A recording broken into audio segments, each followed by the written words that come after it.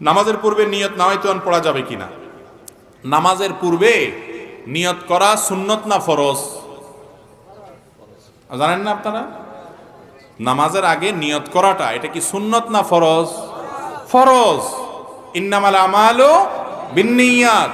নামাজের ফরজের মধ্যে একটা হলো নিয়ত করা, শুনেন নাই? নিয়ত করা ফরজ। নিয়ত করা ফরজ, নিয়ত বলা ফরজ না। নিয়ত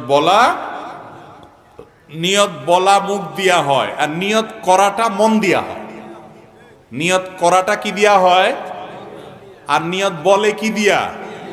নাওয়াইতুন বলাটা হলো নিয়ত বলা, আর মনে মনে আমি কি পড়তেছি এটা আমার মাথায় আছে, এটা মানে হলো নিয়ত করা। অনেক সময় বলে না যে আগামী বছর হজে যাওয়ার নিয়ত করছি, এর মানে সে বলছে নাওয়াইতু আনা রফিল হজ।